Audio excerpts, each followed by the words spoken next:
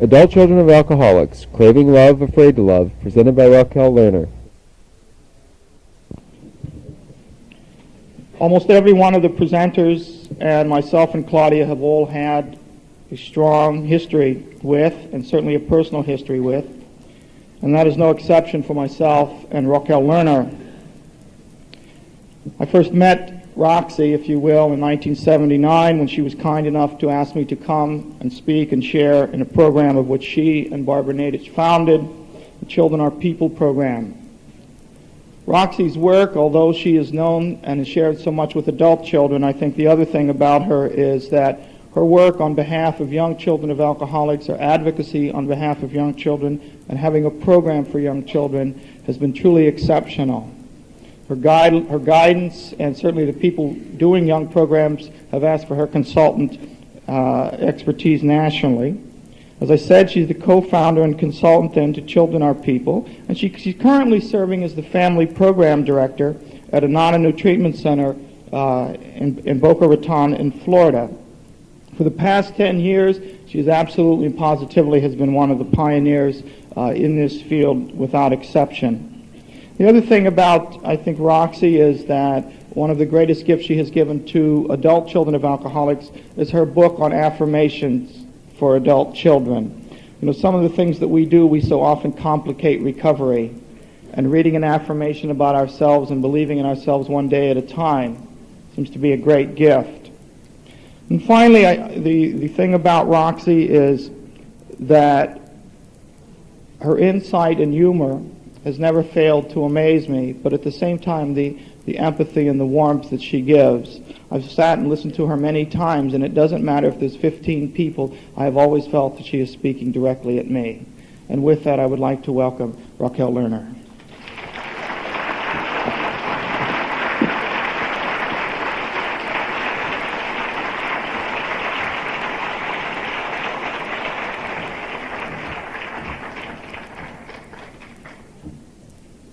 Let me take all this paraphernalia off here. Good morning, everybody. Oh, it's so wonderful to come in the last day. Everybody's warmed up. Everybody says good morning. It's wonderful. Some of you, I just met a woman over there that was on a cruise with me. On me. Do you know I'm speaking about boundaries this morning? I just met a woman who was on me. That's a good start.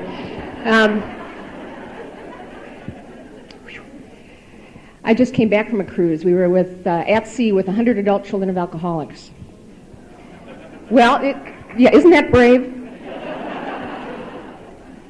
Actually, it was wonderful. I learned that that man named Fodor is Charles Fodor, who wrote the book of how to get along in Europe on 5 cents a day or whatever he did.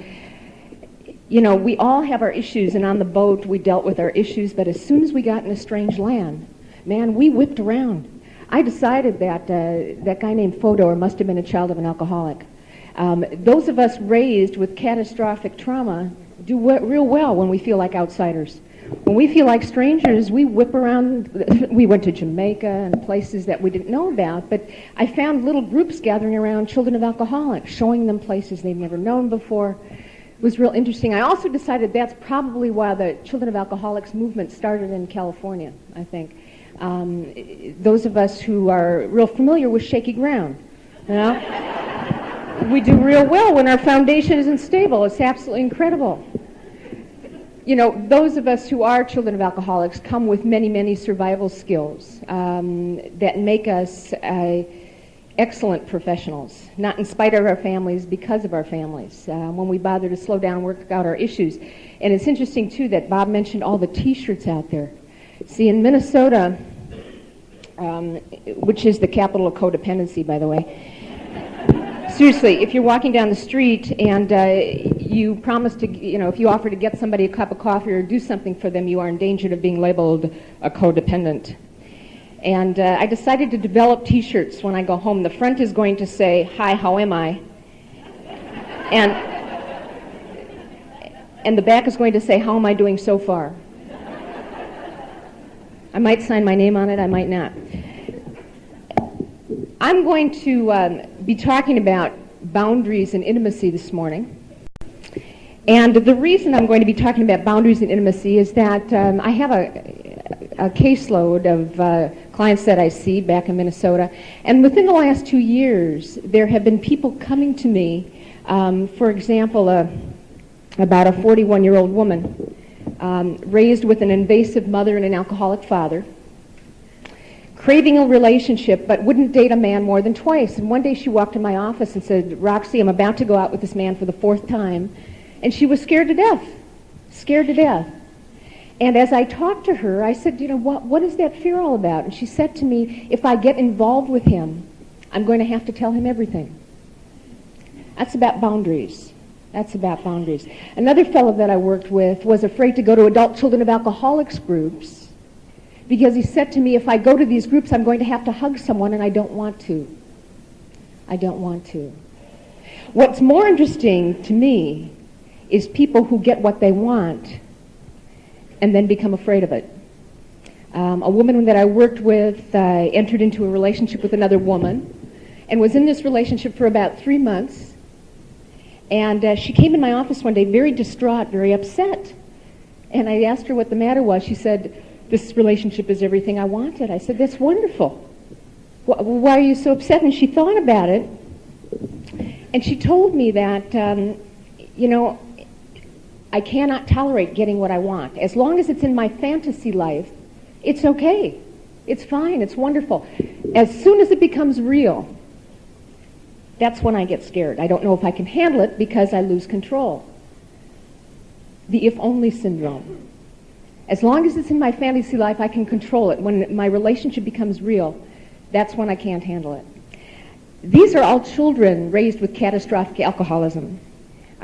These are all kids raised with unpredictable attachments who really do crave love, but once they get it, they're deathly afraid of it. So I'm going to be talking about that this morning. And this isn't about giving you the answers, unfortunately, and telling you how to do intimacy right. There's an old saying that we teach the things we need to learn the most. So those of us up here are teaching these things for a reason. If we learn about it well enough, we get to teach it and hopefully incorporate what we're telling you into our everyday lives. But there's a quote from Hermann Hesse I want to read you because I think it's relevant to codependence. It's sort of the therapist's mantra when it comes to working with codependence, and it goes like this: I can give you nothing that has not already its origins within yourself. I can throw open no picture gallery but your own. I can help to make your own world visible.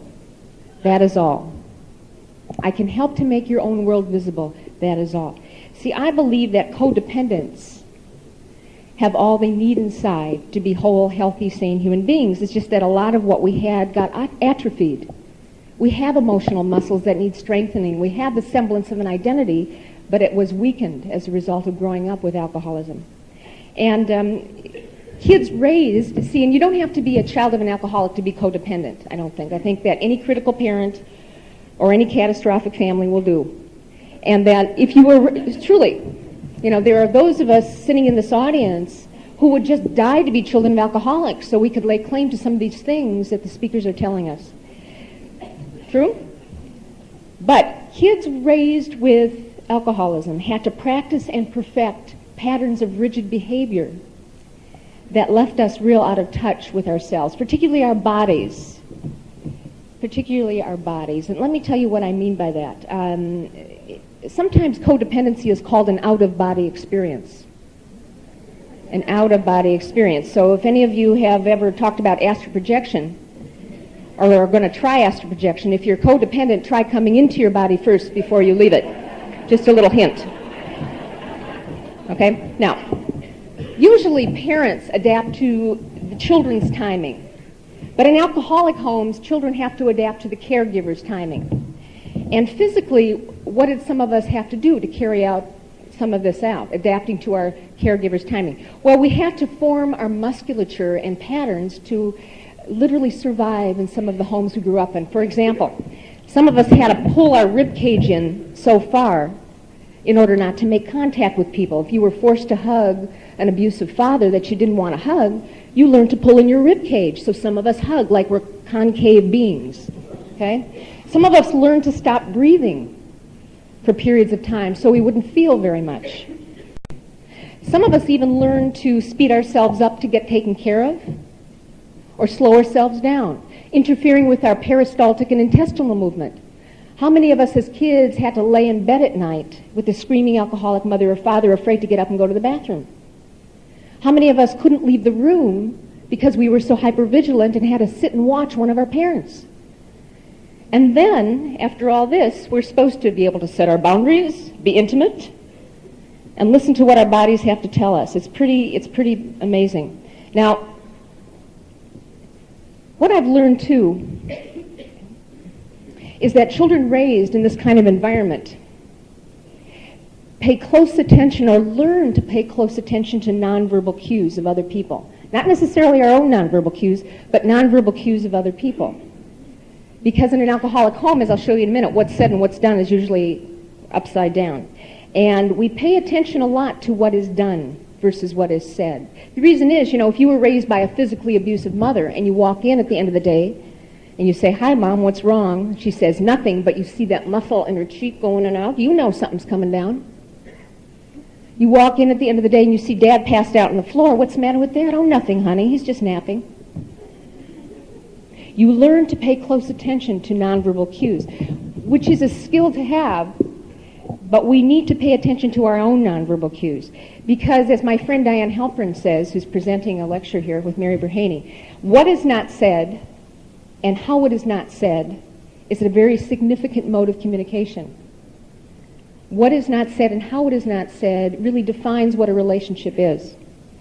And hopefully, the goal in an intimate relationship is for the verbal and the nonverbal to be congruent, for what is said to be what is done.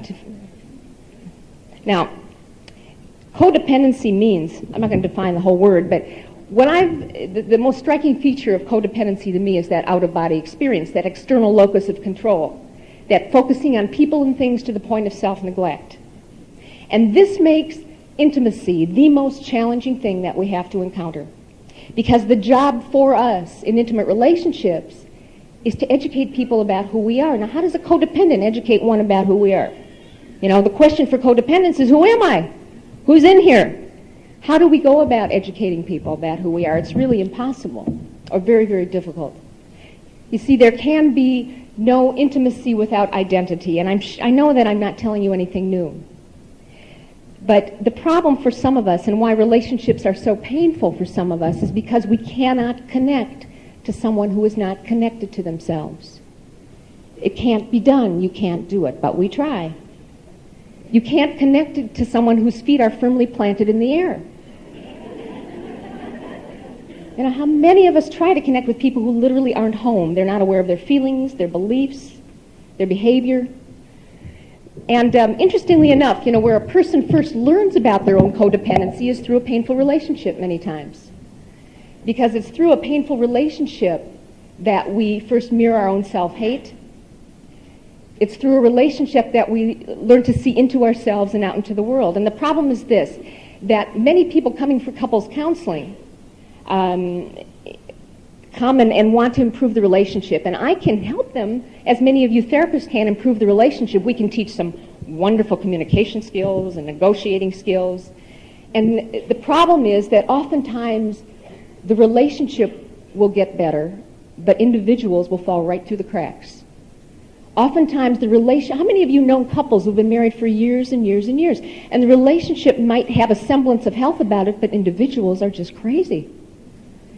There can be no intimacy without identity. So truly, when people come to me for counseling, if they are codependent, I have to insist that they do some individual work first. Otherwise it's pretty self-destructive. Now, what I'd like to do is review just a little bit about where we learned some of our crazy notions about intimacy, because not all of what we learn comes from an alcoholic family. And when I say alcoholic, would you please make the bridge between alcohol and cocaine and any substance abusing family, actually any compulsive family or any family where there's a parent that's not fully present. Now, some of our ideas come from the culture. And culture is simply a set of stories that have been passed down from generation to generation. Some of you have heard me talk about the fairy tales before, but the fairy tales that we've been read since we've been this big, not only are there stories about codependency, but they're the archetypes, they're the models after which we conduct our behavior. When you think about, the Snow White story, Snow White, who gets kicked out of her house by probably an alcoholic, narcissistic stepmother. I mean, who else is going to stand in front of the mirror and talk to herself all day? And what is the model for relationship that Snow White presents us with? I mean, think what we do to our kids. Snow White kicked out of her house by her stepmother and runs out, and like any codependent woman, surrounds herself with some small little men, each with a flaw. Right? He's dopey and grumpy, and bashful, sleepy. I mean, come on. And this is the stuff we read to our kids. Cinderella. Some of our scripts are Cinderella. I mean, we are taught these things since infancy. Cinderella, whose codependent traits are she resigns herself to suffering, doing menial chores, waits to be rescued, has no internal source of power, and she picks some bozo that calls himself a Prince Charming, who wants to marry her before he knows her, right? And even though he loves this woman deeply, he forgets to get her name and address, right?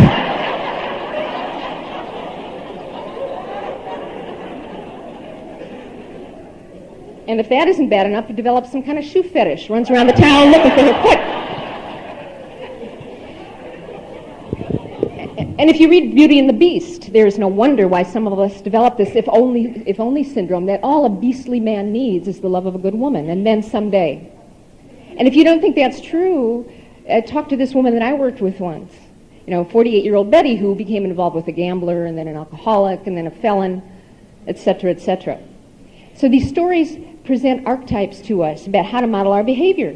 And if you don't think that it's ingrained in our personality, you're wrong, I believe. There are men's stories, too, by the way, a whole book written on the Peter Pan syndrome. Jack and the Beanstalk, some 50-year-old man pleasing his mother. Goldilocks, which is probably about sexual addiction. Someone who hops from bed to bed to try and figure out which one fits right. I don't know. Anyway. Now, if that isn't bad enough, some of you identify with some of these scripts, some of them. If that isn't bad enough, think of some of the things we learned from the cultures we grew up in. In Minnesota, we have a lot of Scandinavians. And I've worked in Sweden, and I know that first and second generation Scandinavians have trouble with affect and feelings, in other words. And try being in an intimate relationship where the heritage is that you don't express what you feel. It's a little tricky. People of Germanic background that I've met and worked with through the years would rather walk over hot coals than tell someone they need something. So just consider all the stuff we have about intimacy doesn't necessarily come from an alcoholic family. For those of you who grew up with designer sin, or some of the religion and alcohol is a very funny blend, a very funny mix. In Minnesota, there's a whole group that call themselves recovering Catholics. It's kids with alcoholic parents who are extremely devout Catholics. It's a funny mix. But there's recovering Jews and recovering Protestants. For those of you who heard Terry Kellogg speaks of Jewish families as something like a lot of guilt and all you can eat, something like that. But there are rules in particular religions, and the rules become very rigid if there's compulsive behavior or alcoholism involved. Rules about masturbation. Now, we know we're not going to go blind when we masturbate. But unfortunately, the shame and the guilt of all that doesn't go away. In a Jewish family, I'm not only a child of a chemically dependent person, I am an adult child of a Jewish mother as well. So I know that one of the rules in a Jewish family is surrounding especially the sexual experience is that rule that sex is very dirty, so you save it for the one you love. That one.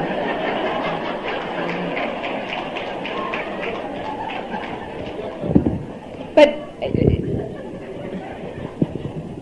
truly, some of what we do learn comes from growing up with addiction. And what I'd like to do is quickly present to you what happens to us, what our notions of intimacy and bonding become, and why it's so scary for us when we grow up with alcoholism. And to do this, I need about 5 volunteers, people who learn best by doing and not sitting. Just come on down. I feel like Bob Barker. Just, yeah. Come on down. About 5 people. Just come down and stand next to me. See if we can do this so everybody can see. Yeah, stand next to me. There we go. You stand up. Yeah, let's see. 1, 2, 3. Oh, come on up. We got 5. Okay. Who would agree to be the alcoholic here? You'd be the alcoholic. Would you stand next to these 2 people? And, sir, could we borrow your jacket? Okay. Now, and your name is Cammie. Would you stand in between these 2 people? Thanks. I asked a 12-year-old boy once what it was like when his mother was drinking, and he said to me, people call me Roxy, by the way, because my name becomes so massacred. I get called Rockily a little bit too often. So, Roxy, when my mom's drinking, it's like she has this blanket over her head. I don't know who she is sometimes. I don't know what she's feeling. I don't know if she loves me. So this is the way he sculpted his family. And I'd like to present it to you. Would you all hook arms?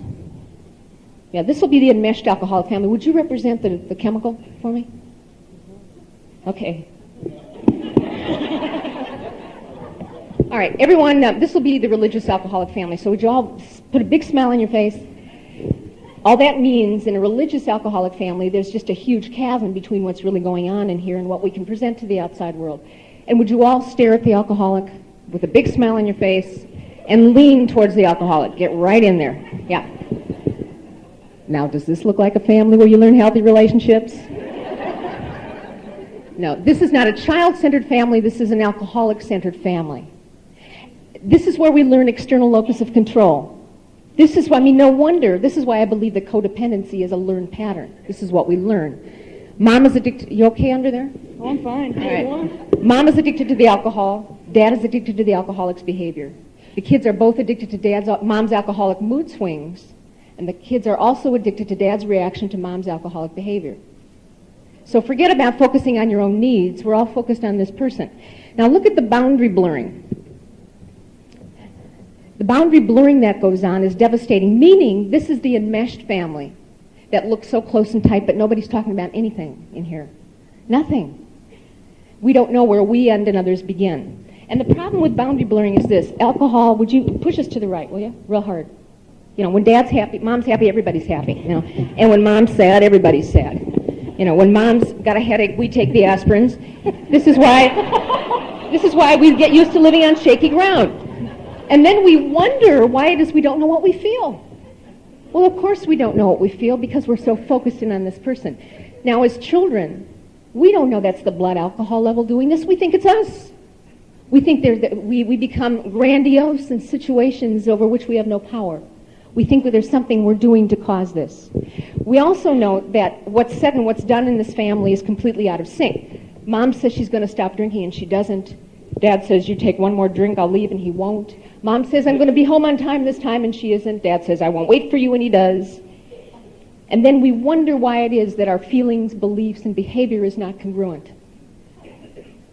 What this does is it manifests in our adulthood in the communication style. Would you tell me if you're going to faint under there or something like that? It is awful warm. All right. Huh? It's just a little warm. Okay. Shut. You will let me know if it's a crisis situation. You want to? I'm not sure I will. No. You want to turn around? Turn around. I'll be a. Okay. She said nobody will notice. That's. There you go. What's said and what's done. When that causes more crazy making and problems in relationships than anything else. For little kids that I work with, that says I'm not. Kids who say to me, I'm not angry with my parents as they're slamming toys against the wall. Adult children of alcoholics who come to me and say how happy they are while tears are streaming out of their eyes. It's a very, very skewed form of communication. Now, as kids, see, they're all taking care of her. That's good. This is what we're supposed to do. You don't mind if I do this, do you? Please. Okay. Now, as kids, we know something's crazy going on here, and we know something's crazy by the time we get to school. We know that we're not living in your basic Leave It to Beaver family. Okay, that we know that we're living in a family where mom's running around with a blanket over her head, basically. Okay? Nobody validates our perception of reality. So we think that what we see is not real. This is where we learn to mistrust our bodies. This is where we learn to mistrust our senses. This is why we stay in abusive relationships long past the time we should be getting out, because this isn't happening to me. I can't trust what I feel, what I sense, etc. Let me ask you an important question. And that question is, how many have ever been addicted to someone's potential before? Oh my. Looks like another association to me. Where do we learn this? Where do we learn this? Look at, we're focused on this person. We're addicted to her behavior. We don't quite know who she is, but oh, what she could be. What she could be if she weren't drinking. Now the problem with this is that our fantasy becomes more tangible than our reality. It's the if-only syndrome. This is the situation where we get into intimate relationships, we don't quite see people for who they are. Where our hope, there is such a gap between our hope and reality that it's ludicrous. That we don't pay attention to intimate partners who say one thing and do another. Because if only, if only, if only. That's another thing that happens. Now, let me demonstrate to you. Can I take this off? Oh, please. I have, all right. See, then what happens, of course, I'm going to put this over here, Bill, is that mom goes away to some fine 28-day treatment program.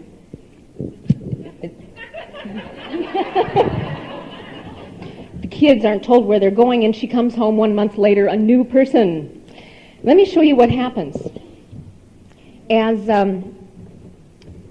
the alcoholism gets more chronic and progressive, you can hang on a little bit to her. This is what happens to us. This is the family that feels alone together. This is the family that feels alone together. You're saying, don't talk about it. Exactly. This isolation, we wonder why codependents talk about this hole in the soul that needs to be filled up. Let me show you a form of boundary invasion that happens in an alcoholic home. I'll be mom this time, all right? And I'm happy, so everybody's happy. And I come home and I'm very depressed. Oh, no. So you don't know what you're feeling, and now I'm angry. Now I'm sad again. And all of a sudden, one day you come home and this is what happens to me.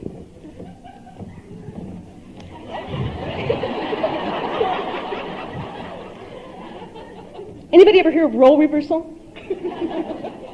This is called the parentification of children and the childification of adults. Now, how does this feel? I'm scared. Yeah, I bet you are. Well, you'll have to take over? Great, I'm not comfortable like this. Don't worry, I'll hold on to you. You'll hold on to me? Oh, I won't tell anybody about it either. Huh? I won't tell anybody about it either. No, you better not. You better protect me now. So what do you need to do here? Oh.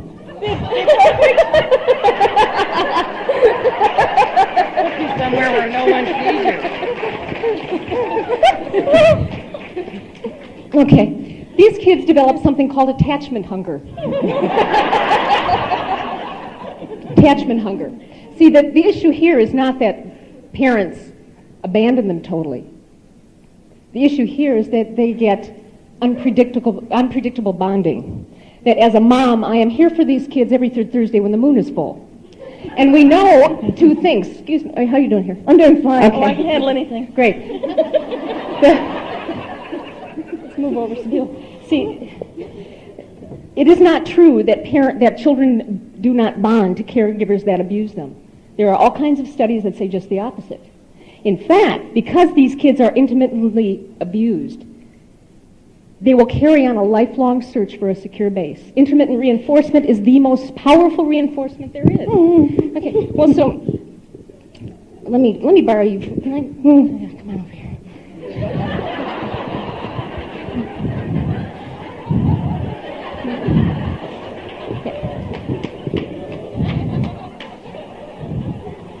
Okay, now.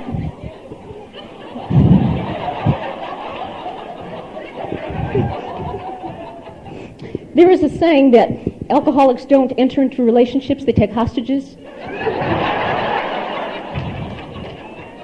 You see, so this becomes the definition of love. And what I'm here to tell you today, are you comfy? Oh, wonderful. Okay. Yeah. That's much better. I would like you to enjoy this while I teach. Because part of this symbiotic relationship is I need to teach her and tell her how to think and feel. Mm-hmm. That's part of the codependent experience. Mm-hmm. Okay. Now, truly, there's nothing in between us. Right? And the secret to this is that this is the definition of exhaustion, is what it is. And she swears she will never, ever get herself into a situation like this, and this is exactly what she attracts to herself. Because she doesn't know where her boundaries are. She has no idea. And how do you know what your boundaries are when you're like this? I don't have any. You don't have any. Okay.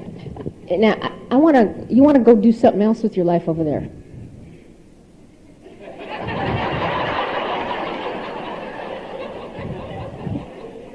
Me? Yeah, you. Yeah. You can't mean me. Yeah. What are you going to do? You want to go do something over there? Over there? Now, if this looks familiar to anybody,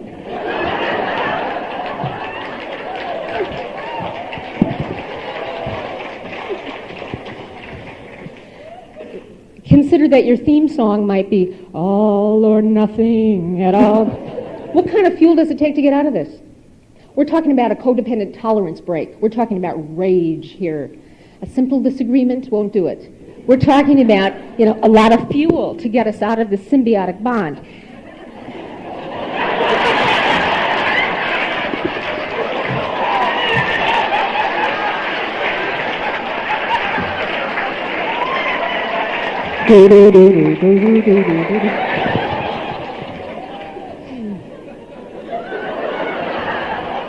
Now, see, what does happen is this. We go from isolation to fusion.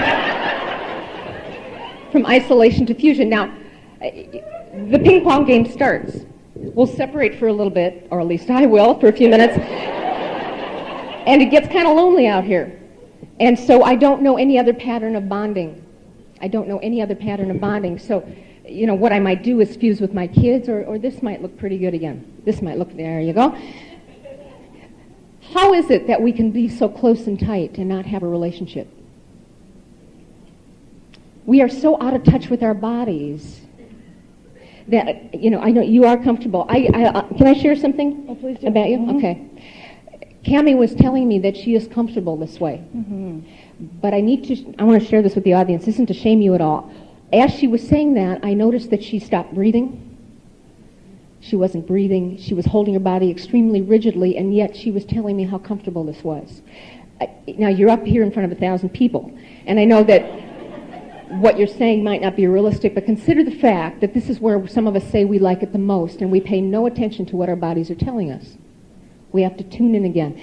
But we can't have any relationship when we're fused. I'll give you an example. If you take your two hands and hold them up like this, and when I count to 3, I'd like you to clap them together real hard and just grip. Just grip. Are you ready? 1, 2, 3, clap. Grip. Grip. Grip. This is how codependents fall in love, by the way. Grip. Grip. I don't talk, I don't trust, I don't feel, but I just know this was made in heaven. Tighter. Now, do you know where one hand ends and the other begins? Obviously not. Now, let go of your hands. Watch how far apart they go. That's the natural reaction from fusion to isolation. And what I'm telling you today is that pattern from fusion to isolation is about the original bond between our caregiver and ourselves. It's about the balance between attachment and separation, which we should have experienced in infancy, in our toddlerhood, and in our twos, and I'll explain that to you in a minute. Would you give these people a big hand? And thank you for coming up here. Thanks. Cammie, thank you. Thank you. Go ahead. Oh, where's Bill? There you go. Okay.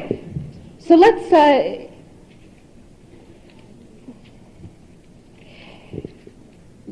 I want to go into a few minutes about boundaries to tell you a little bit more what I mean about this phenomena called boundaries, which is indeed why we get so scared when it comes to intimate relationships. Boundaries is not a new idea. When I was looking at The Prophet, written by Kahlil Gibran, in The Prophet, Kahlil, we're not on a first name basis or anything, but Kahlil Gibran wrote this: love one another, but make not a bond of love, and stand together, yet not too near together. For the pillars of the temple stand apart, That's what makes the temple strong, by the way. And the oak tree and the cypress grow not in each other's shadow. It's important to have our boundaries. Boundaries is the core piece of codependency. We must understand what boundaries are and begin to create our own in order to recover from this phenomena called codependency. Whenever I say boundaries, people assume that I mean walls. And that's exactly the problem. That as children of alcoholics, our boundaries become walls. Either that or they're damaged or we don't have any at all, or some of us have some intact boundaries. But we need our boundaries, not to stay away from people, but in order to get close. Otherwise, it's completely overwhelming. Otherwise, it's just too scary. An affirmation that I use with people in setting boundaries, it goes as follows. It is a loving thing to do to set my boundaries. It is a loving thing to do to set my limits. It is a statement about my own dignity and the dignity I have for other people. The question for children of alcoholics or people raised in crazy, stressful environments is, how can I maintain my sense of self and still be in a relationship? A friend of mine named Sandra Smalley talks about that intimacy for adult children, it's like patting your head and rubbing your stomach at the same time. That's what setting boundaries are like. And that alcoholism plus intimacy equals high anxiety. That's just what happens because we get so overwhelmed. What is a boundary? Well, a boundary is a boundary gives us a sense of knowing that we are separate, that we have separate feelings, we have a separate reality. When I have my boundary, whether it's psychological or physical boundary, I know who I am in relationship to all of you. Okay? But children of alcoholics grow up with fuzzy edges, damaged boundaries. Growing up in an alcoholic home is like growing up in a junior high school, I think. Truly, inappropriate behavior is accepted. You don't know if people like you, if people don't. What happens in a junior high science class when someone burps in the back of a room? Exactly that. You can't have your own feelings without everybody getting into the act. So the bottom line for boundaries is this. If a person has a healthy boundary, that means one knows when one is being abused, period. If you have a healthy boundary, you know when you're being abused. You know when you're being abused physically, emotionally, intellectually, spiritually. Those are the 4 kinds of boundaries that I address. Physical boundaries, emotional boundaries, intellectual boundaries, and spiritual boundaries. Now, no parent destroys your boundaries on purpose. No parent does that. No parent wakes up in the morning and says, gee, I wonder how I'm going to screw up Johnny's boundaries today. That's not what happens. And oftentimes, boundaries are destroyed in the name of love by parents who either have no sense of themselves or by parents who aren't sure what boundaries are in the first place. So what I'm about to describe to you doesn't happen on purpose. But typically, our boundaries fall under the following categories, as I mentioned before. Either we have no boundaries at all, and there are people who have no boundaries at all, or we have a wall, or we have damaged boundaries, or we have an intact boundaries. Let me give you an example of that under the area of physical boundaries. We all have external boundaries. Most of us know how close we want people to get to us. But for people who have no physical boundaries, that means, number 1, you won't know when people are sexually inappropriate with you. Number 2, whatever is wrong, you think it's about you. If you have no physical boundaries, it sets you up to be physically abusive. If you have a wall for a physical boundary, that means you're carrying around a wall of anger or fear, which means that you have this wall of anger and you communicate non-verbally, don't get near me. I don't want anybody to touch me. So you might crave this affection, but you're carrying around a wall or anger or fear.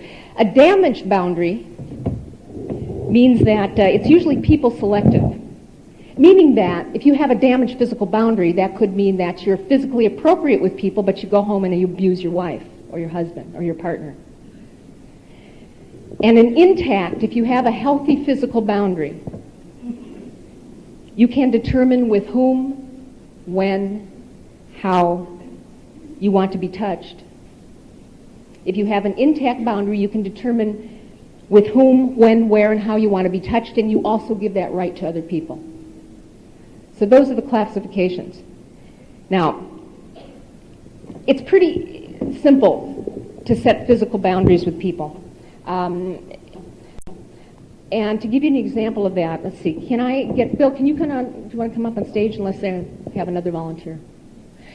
Physical boundaries are, this is the first thing I do with people. Actually, could you get, to take this microphone and stand back just a little bit. And Bill, I'm going to start walking towards you, and you tell me when to stop, all right? Okay. And I'd like you to look me in the eye if you can. Am I far enough away? Yes. Okay. Now, for those of us raised in disengaged, chaotic families, sometimes I could be on the other side of this hotel and it would be too close. But I'd like you to tell me when it gets uncomfortable. Now. Right now. Okay. And what tells you that it's uncomfortable?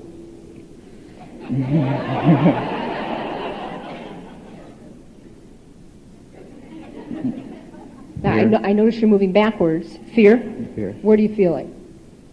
Right here. Okay. And if you watch his eyes, when I cross his boundaries, his eyes don't focus at me anymore. They go up.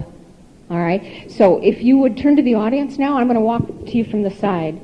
And you just use your peripheral vision and tell me when I'm entering your space. You ready? Here. I come. Here I come. Now. Right now? Okay. Good. Now, I would do this from the back. But I know so far that Bill's boundary is a little closer on the sides, a little further in the front. Now, this is real important information about Bill, especially if I'm working with him. Because my tendency used to be after a session to just run in there and give him a hug. And I noticed that people weren't getting better very quickly, and I couldn't understand why. Seriously, because some of us are so touch-starved that it looks like we want this affection so badly. Bill needs to teach me how to get into that space. First of all, I would ask Bill, what surrounds you? Is it a wall, or is it plexiglass? Is it saran wrap? It's a wall. It's a wall. Okay. So what we might have to do is work with Bill to put a door in that wall. If I wanted to give you a hug, Bill, how would I do that? Is it okay to rush in? I see your arms open up, but I also see you going backwards. It's the fear. It's the fear. Do I need to ask your permission first?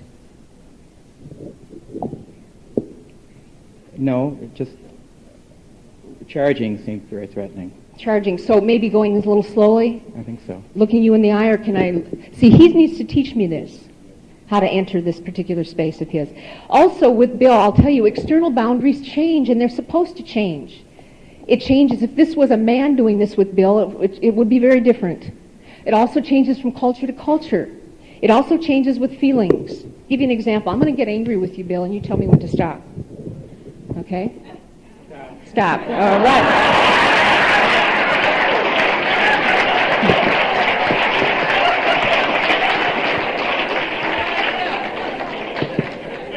Oh, no, I didn't set him up on us. He just came on stage.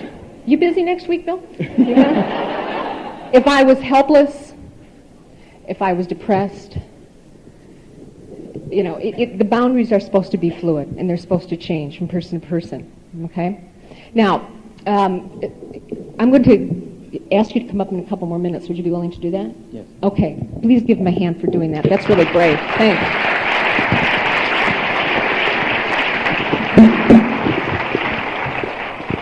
Now, emotional boundaries are a little bit trickier. And emotional boundaries is what gets complicated. And I'll tell you why. When a primary caregiver, a mom or dad, is irresponsible or in denial about their feelings, those feelings will be induced in their children. How many of you have saw Ghostbusters that are familiar with the word slimed? A lot of us got slimed is what happened. If a parent is a raging person and abusing a child, and that parent doesn't talk about their rage but simply abuses that child, and the other parent stands around and watches, that rage will be induced in that child. That's how boundaries get damaged. Now, the only thing that would stop that child from inheriting that rage would be a boundary system, but kids don't have boundaries. And that's the point. Now, when we carry feelings for our parents, or when we carry feelings for other people, we know that we're carrying feelings for other people because those feelings are absolutely overwhelming. Absolutely overwhelming. And when we carry feelings for our parents, when we were emotionally abused that way, that means we will think, feel, act codependently. Let me give you an example of that. There are basically 4 feeling states I'll quickly talk about. There's anger, there's fear, there's pain, and there's shame. Healthy anger is, John Bradshaw talks about that beautifully. Healthy anger is the fuel that I need when my dignity is assaulted. It's the fuel that I need when you're invading my boundaries. Anger helps me confront you. Fear is also healthy. Fear is about discernment.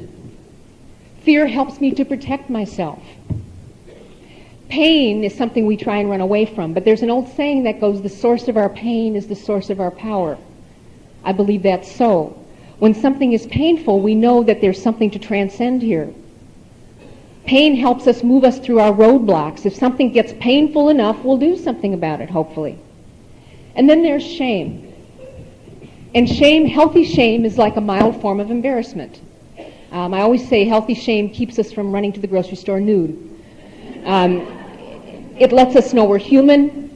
A healthy shame puts us in touch with our self-worth. Let me tell you what happens with these feelings when they're overlaid with our parents' feelings, or we inherit anger, let's say. When you have your own anger overlaid by your parents' anger, that's called rage. And if you experience rage on a regular basis, that means you've been emotionally abused, and you have to give some of that rage back to whom it belongs. When you have your fear overlaid with your parents' fear, that's panic or paranoia.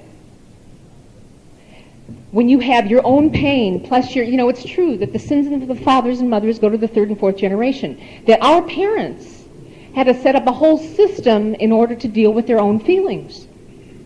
When you have your pain on top of your parents' pain, that's called hopelessness, depression. Sometimes people become suicidal, and they have to give some of that pain back to their parents. And inherited shame is that feeling that you're worthless, that feeling that you're a piece of garbage. Now,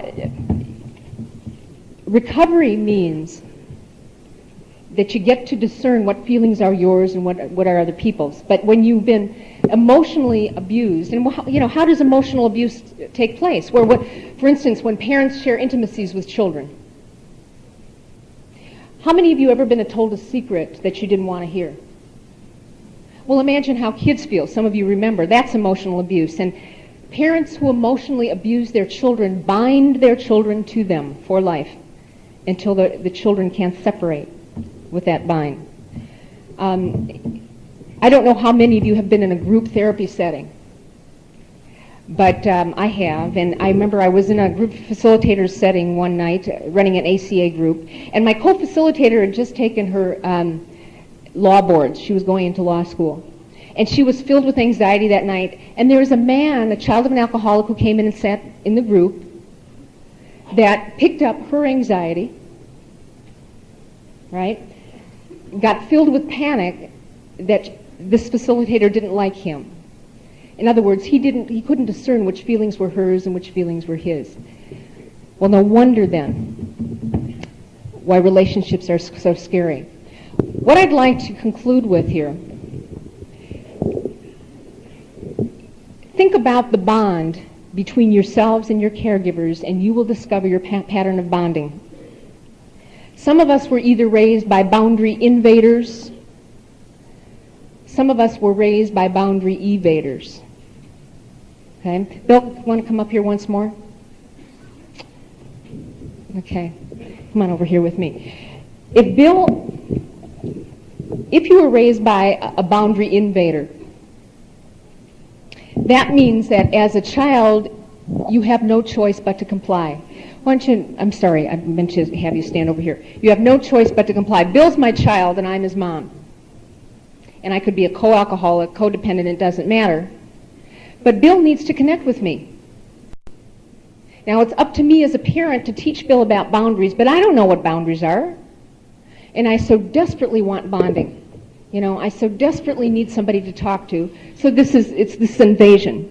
Now, there's this funny thing in here, little sprouts that Bill's developing called the boundary, but I don't know anything about that. You know, I just know that I need him. I want to bond with him. Now, what do you want to do, Bill? All right, right. Out of forced choice, Bill will become a boundary evader. Out of forced choice. If you were raised by an invasive mother or father, then out of forced choice, you will become a boundary evader. You want to run away. If the opposite is true, suppose that Bill is a boundary evading father. Now, that could mean that Bill is present in the home, but he's not psychologically present to us. That he could be busy with Boy Scouts, he could be busy with meetings. Let me demonstrate what this looks like. Bill, I'd like you to just be busy, okay? You're in the home, but you're busy, and the kids are just leeches, and they hang on me, and I don't want any part of them, and I'm too busy taking care of your alcoholic mother. So just go ahead and be busy out there. Okay, I've had a hard day at work, and don't bother me. Leave me alone. Dad, come here. I want to talk to you. Don't bother me now. Dad, I really had a hard day at school. I want to talk to you. I can't be bothered. Dad, come here. Now, see, here's what happens. I have this comfort zone as a child called my boundary. I'm going to have to leave my comfort zone in order to connect with a boundary-evading father, right? He's going to try and maybe push me away, but I want his attention, and I need his attention. This is going to make me a boundary invader when it comes to men. So if you were raised by a boundary evader, then out of forced choice, you learn to invade. If you were raised by a boundary invader, then out of forced choice, you learn to run. So if you want to take a look at your pattern of bonding between you and your caregiver, that's typically the pattern of bonding you have in your relationships. And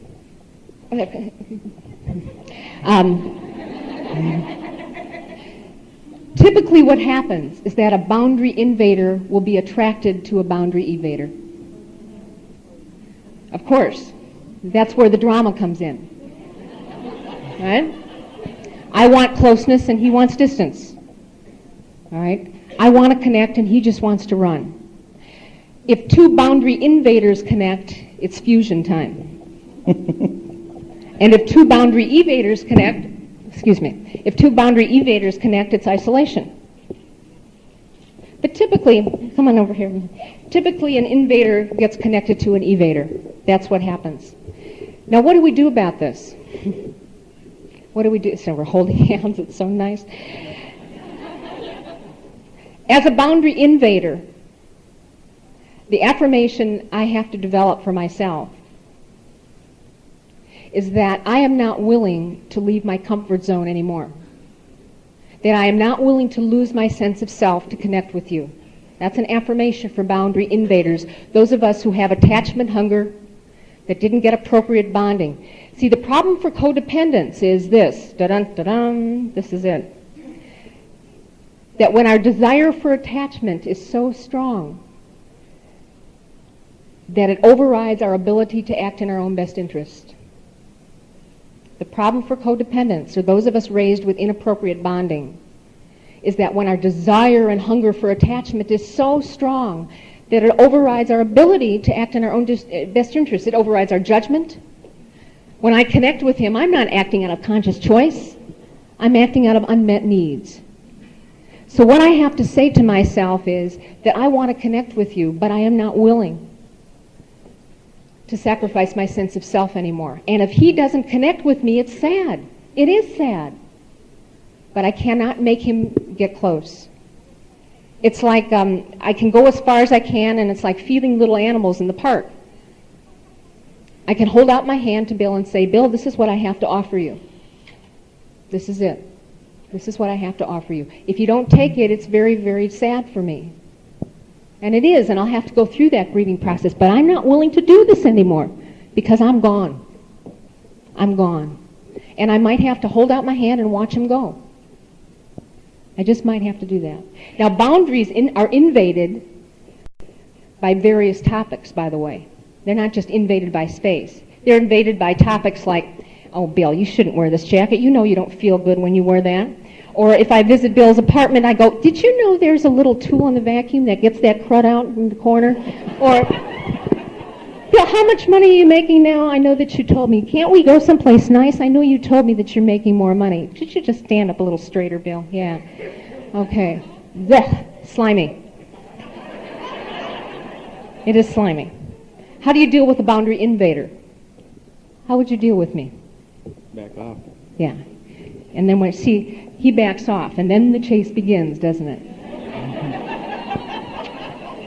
Now, sometimes, as a boundary, a relationship can look like invasion and evasion at the same time.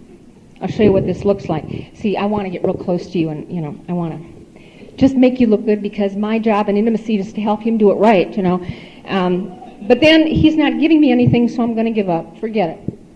Forget it. But then I'll change my mind, because I see it can look like that ping pong game. It looks like back and forth at the same time. I want to thank you very much for demonstrating this with me. You've been a wonderful sport. Appreciate it. Yeah. I got into your space. Okay. Thanks, Bill.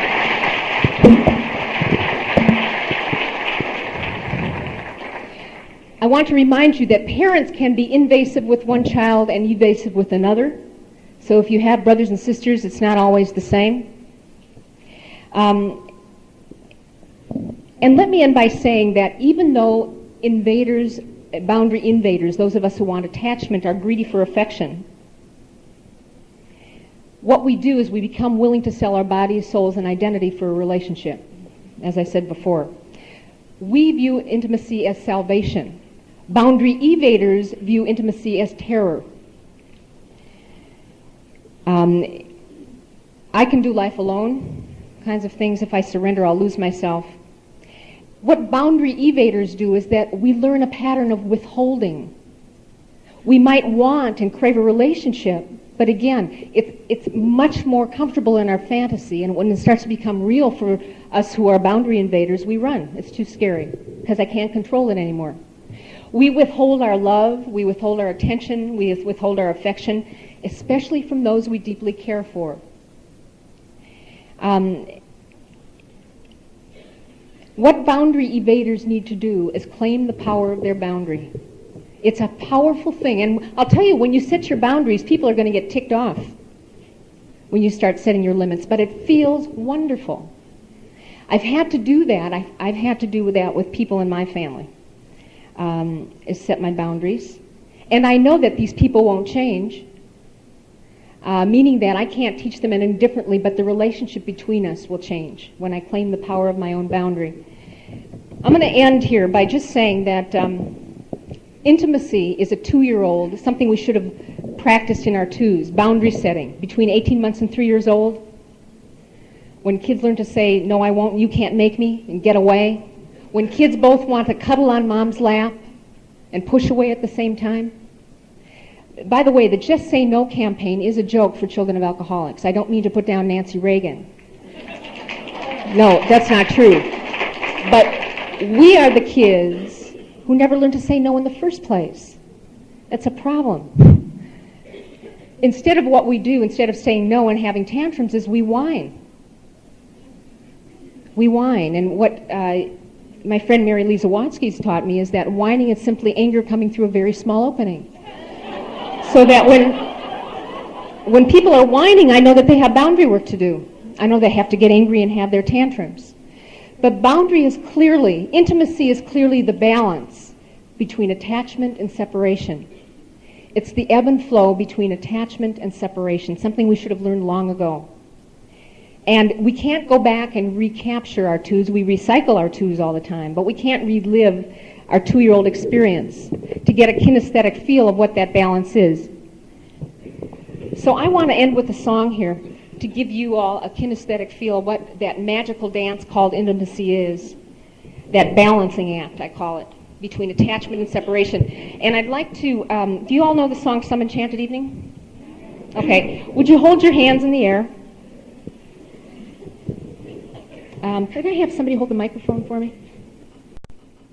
Okay, can you hold it up like this? Okay. And just I'm going to take you through 3 different patterns. You just tell me which feels more comfortable. Are you ready? 1, 2, 3, here we go. Some enchant. Beautiful. Looks like the June Taylor dancers. The ebb and flow between closeness and distance. You will meet a stranger. It's just the magical dance of intimacy. You will meet a stranger. Beautiful.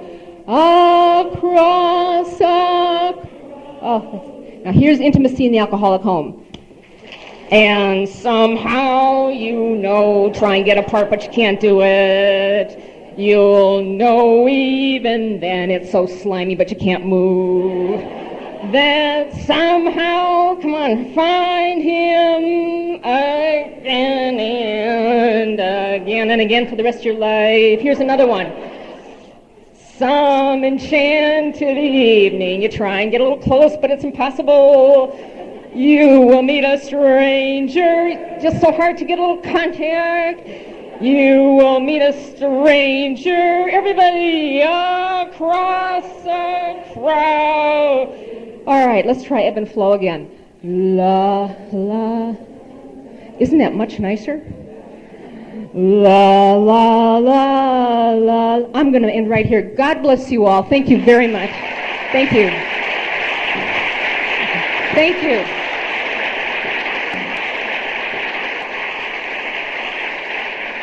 Did you recognize me?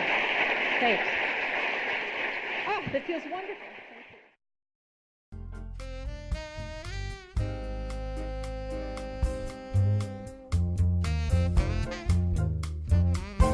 We hope you enjoyed this recording. Please check out our website at www.sobrietytalks.com.